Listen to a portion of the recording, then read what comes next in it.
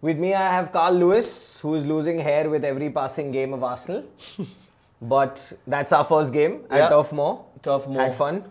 Not really. There's a lot of things that I really want to get off my chest, and there might be a little bit of censorship being Should I thrown come into back? this. No, but I mean, let's call the game the way it was. I mean, it was a horrible goal that Burnley got in the bargain. Granit Xhaka again, like not exactly the best when it comes to playing Burnley, but he's also been the most error-prone player in the Premier League since his arrival in 2016-2017.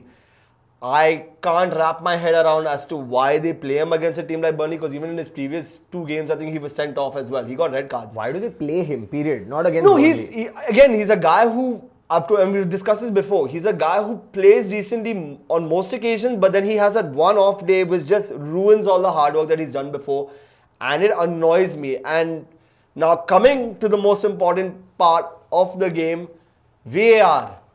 What are you guys smoking? No, honestly. But that was not handball. What do you mean by it wasn't handball? No, honestly, like he could have literally carried the ball like freaking Simba and shown it to the rest of the Pride, and they still wouldn't give it as handball. And this is what I keep saying though. VAR is looking to be very suspicious now. Extremely suspicious. They can throw the rule book at us or whatever they want to do and make any excuse, but people can see it. Even the commentators are saying it as well, which is really frustrating. You laugh all you want, I'm enjoying this rant. No, but I'm sure you've also been in that Of position course, as well. Even though you guys win a lot of penalties But as well. they discussed it post-match that probably not. Now there's this new thing they've come Yeah. up with. Like they keep switching your offside rules and falana dimkana they keep doing.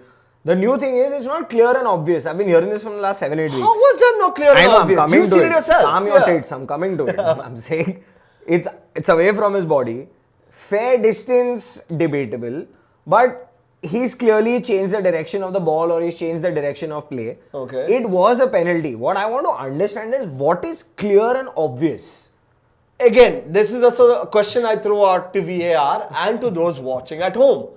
I'm still wrapping my head around it. As he said, I have lost my hair for it And as if I'm well. not mistaken, it was twice. I mean, Well- the handball first one was debatable. No, the first hand. Oh, you mean the shot same that he incident, took? yeah. Well, okay, that happened really quickly, and fine. You can even give him the benefit of the doubt. You can give Eric Peters the benefit of the doubt because it happened so quickly. You don't have time to react. But then on the second movement, he has blatantly put out his left hand, and And it's hit it. it's hit it. And VAR has checked, and they're like, yeah, all clear. I mean, and then for other games, I mean, I hate to say it, but for particular top 6 teams and top 4 teams, which I know Arsenal's on the please, running huh? for, but you get these We did. decisions. Callum Hudson-Odoi wore it like an engagement ring and we didn't get it. Yeah, but then on other occasions I'll have as well. But it's bad luck for you because last week with Spurs Fulham, Yeah. Mario Lamina's hand was on his body. Yeah. And it was smashed at him. Maja scored, but it was ruled out. It So was it's- ruled out.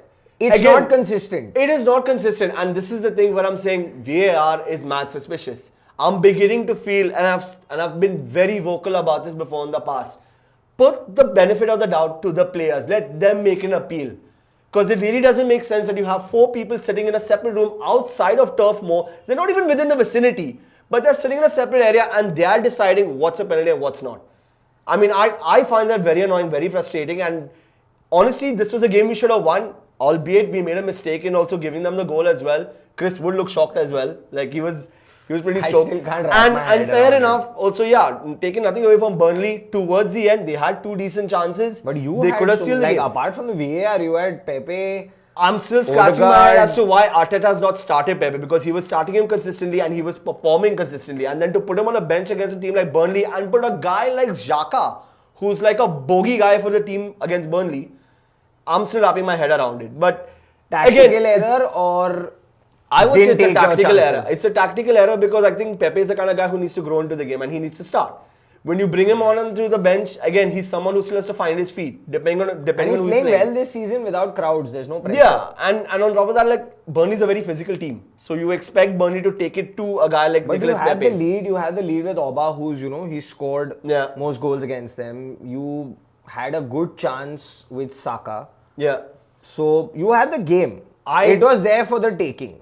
Well- the goal you conceded was just horror, shock horror. kudos to Saka though by mentioning him though. Like I mean, kudos to him. He's like what the second youngest Premier League player behind Cesc Fabregas to complete 50 Premiership appearances. But I honestly thought he and Partey were the most sloppiest on the field.